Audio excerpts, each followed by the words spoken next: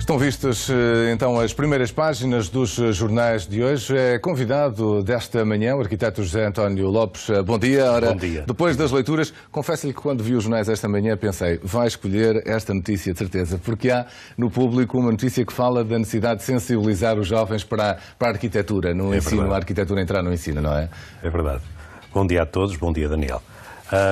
De facto, esta notícia é incontornável, não é? Para um arquiteto. Eu gostaria de facto, enfim, evidenciar do que se trata propriamente. Trata-se de um seminário chamado Poema, organizado pela Ordem dos Arquitetos e cujo objetivo principal é mostrar às crianças e jovens o papel do arquiteto na sociedade. Eu gostaria de pôr a tónica, não tanto no evento propriamente e no que ele constitui como ação pública de sensibilização e de formação de consciência, mas mais numa perspectiva de ênfase do que a visão da cultura arquitetónica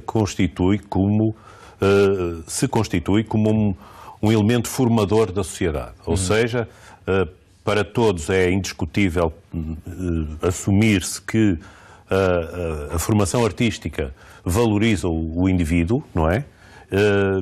Seja na formação, por exemplo, em música, onde os pais habitualmente aceitam que é bom inscrever os seus jovens.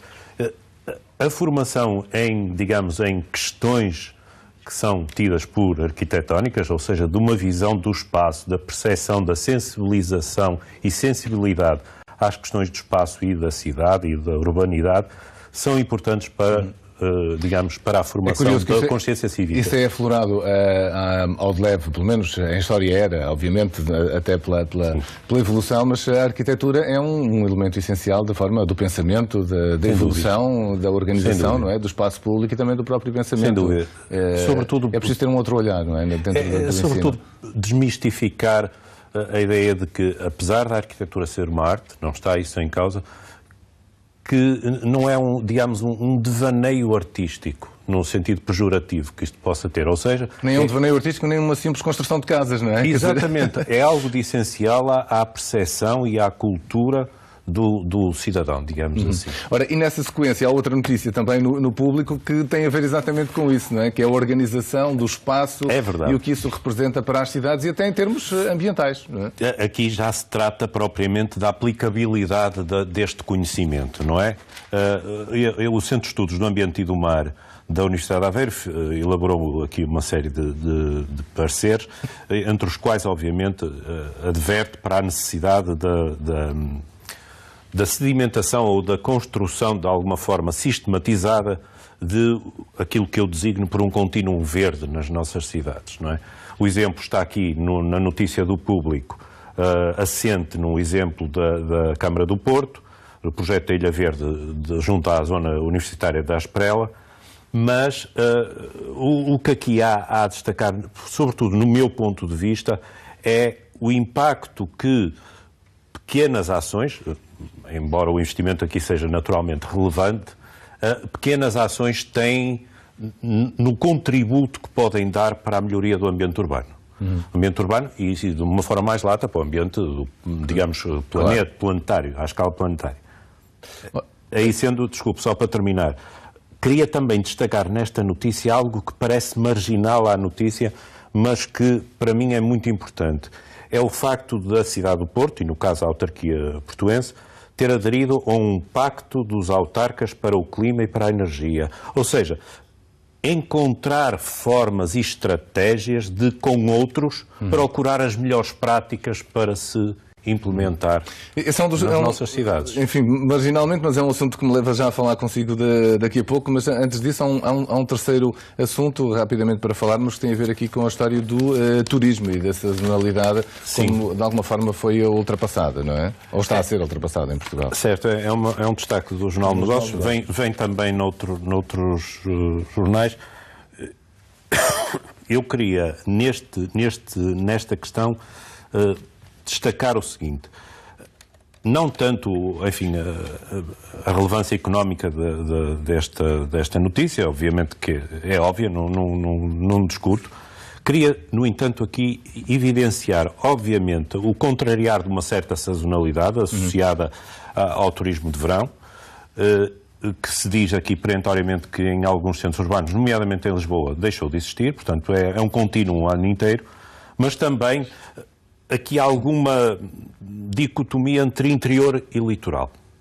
Perceber-se claramente, e o exemplo está aqui, a propósito do destaque, diz que Norte ultrapassa Algarve, ou seja, já se olha para este fenómeno como um fenómeno de região e não do centro urbano do Porto ou da área metropolitana de Lisboa. Sr. Arquiteto, o tempo foge-nos muito rapidamente, mas há aqui algum assunto interessante sobre o qual tem refletido e tem anunciado, ou tem pelo menos chamado a atenção, que é alguma crítica subjacente aos autarcas ou ao facto dos municípios estarem sempre à espera dos programas nacionais que vão recolher fundos europeus, e neste ano de eleições europeias podemos olhar para a Europa como outra oportunidade que existe, que às vezes nos passa ao lado? Sim. O que me parece aqui de trazer outra vez à discussão é a necessidade de os nossos municípios, as nossas regiões, se fazerem inconformadas relativamente às ferramentas, por exemplo, de financiamento. Diz-se muitas vezes que a Europa é uma Europa de regiões, não de países, portanto vamos assumir isso como tal.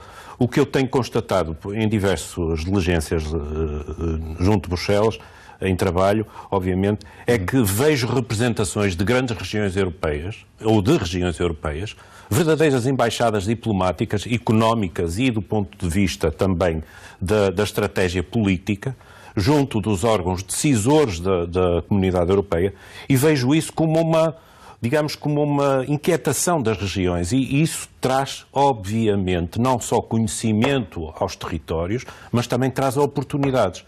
Porque achar-se que, por exemplo, os fundos fundos estruturais de desenvolvimento regional, são o único recurso possível para, financiar as estratégias de desenvolvimento local, é errado. Achar que são únicos é errado.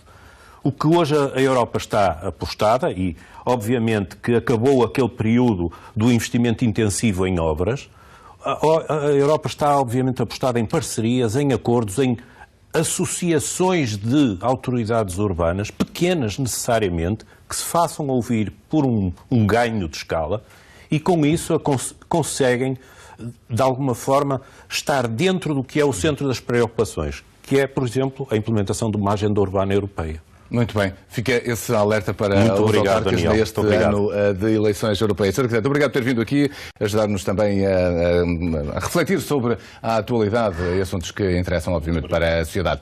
Vamos fazer um curto intervalo na RTP3. Volto já daqui a pouco, mas despeço-me das antenas internacionais.